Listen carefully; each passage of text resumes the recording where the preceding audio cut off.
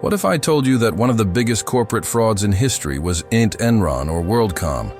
It was a company that built its empire on a simple, comforting product found in nearly every kitchen.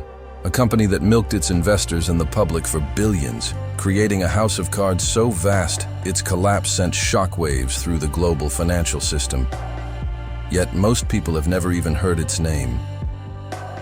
This is the story of Parmalat, the Italian dairy giant, and a scandal built on powdered milk, phantom bank accounts, and audacious lies that make your jaw drop. Forget everything you think you know about corporate crime. We're about to dive into a rabbit hole of deceit that will change how you look at the food on your table and the money in your bank. In the mid-1990s, Parmalat was the pride of Italy. Led by its charismatic founder Callisto Tanzi, it was a global powerhouse, plastering its logo on everything from Formula One cars to top-tier soccer teams. They were selling the dream of pure, wholesome Italian goodness to the world, and Wall Street ate it up. Investment banks lined up to help Parmalat issue billions in bonds to investors across the globe, including many in the United States. The company seemed unstoppable, a beacon of European success. On paper, they were drowning in cash. Their balance sheets showed a staggering 4 billion euros sitting comfortably in a Bank of America account in the Cayman Islands. It all looked perfect, a little too perfect. This is where Act 1 of our story begins. The illusion. Parmalat wasn't just selling milk. It was selling a story of explosive growth and financial stability. For a long time, everyone bought it. Tanzi was a visionary, a man who had turned his small family business into a multinational conglomerate. He was trusted, respected, and seen as a titan of industry. The company's financial reports, audited by top-tier firms, confirmed this narrative year after year. Profits were soaring, debt was manageable, and that massive pile of cash was a comforting safety net. But underneath this glossy surface, a frantic, desperate game was being played. Think of it like this. Have you ever told a small white lie that then forces you to tell a bigger one to cover it up, and then another and another, until you're living in a completely fabricated reality? Now imagine doing that with billions of dollars. That was Callisto Tanzi's world. The first cracks started to show in early 2003. A few sharp-eyed analysts began asking questions. Why would a company with so much cash on hand need to keep borrowing more and more money at high interest rates? It just didn't add up. It's like having $1 million in your savings account but taking out a payday loan to buy groceries. It makes no sense. Parmalat's executives brushed off the concerns with a wave of the hand, blaming market jitters and overly pessimistic analysts.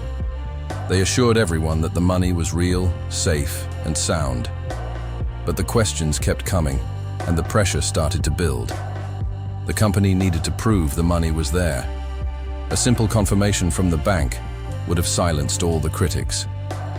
So why didn't they just provide it? This is where the story takes a sinister turn. What they did instead was a masterclass in deception. And so we enter Act 2, the unraveling. In a desperate attempt to quell the rising panic, Parmalat produced a document.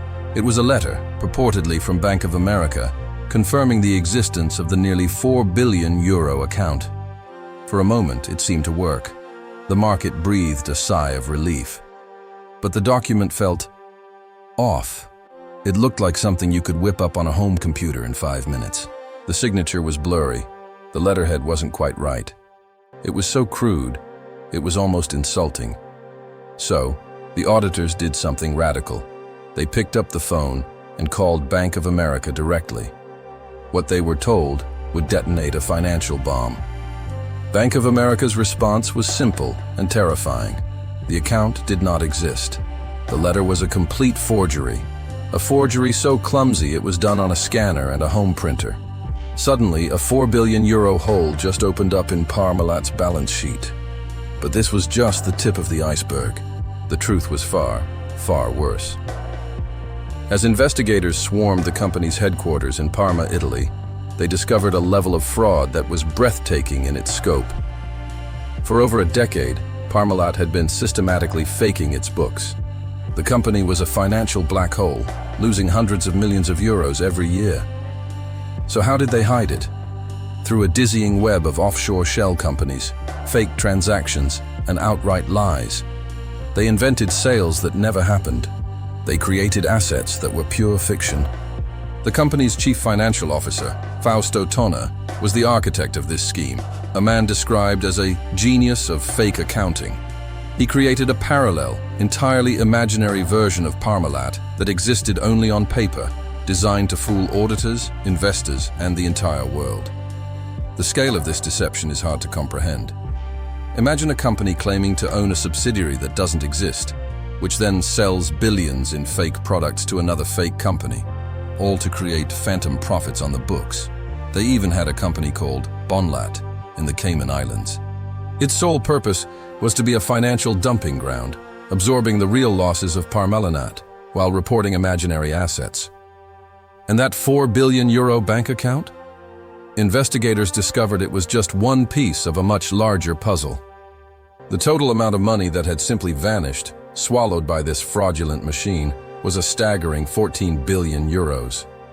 That's more than the entire GDP of some small countries, all gone. The company wasn't just in trouble, it was a ghost.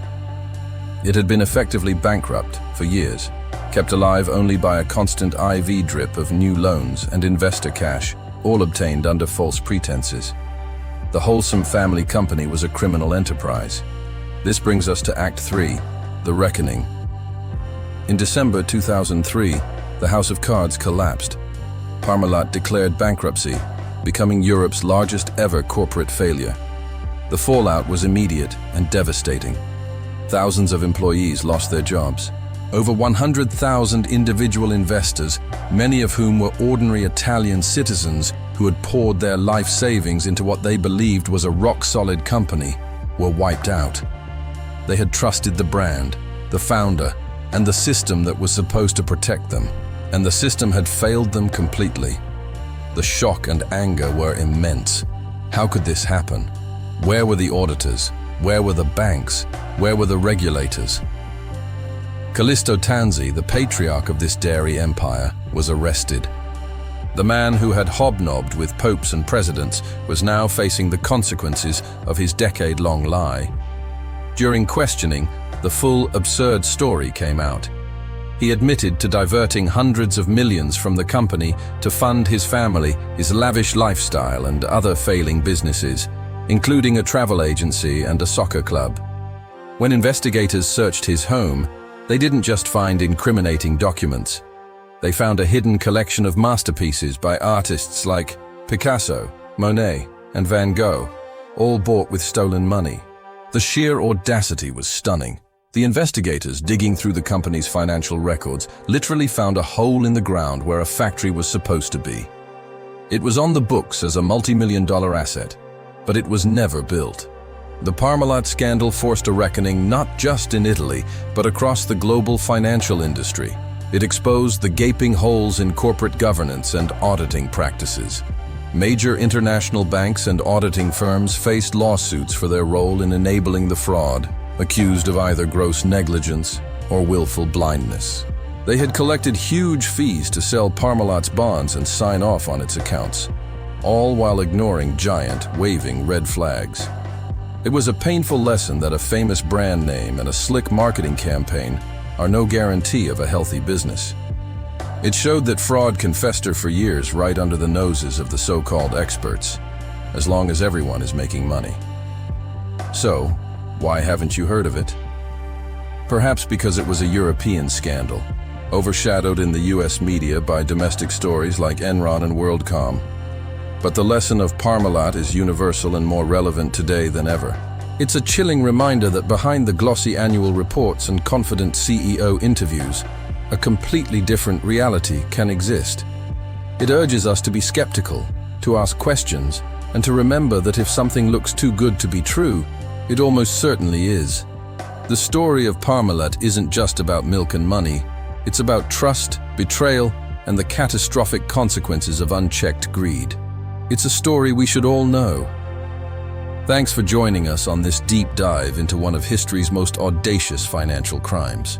If you found this story as fascinating and unsettling as I did, make sure to hit that like button and subscribe for more content that uncovers the truth behind the headlines. Drop a comment below with any other major scandals you think are criminally underreported. We read every single one. Stay curious and stay vigilant. See you in the next video.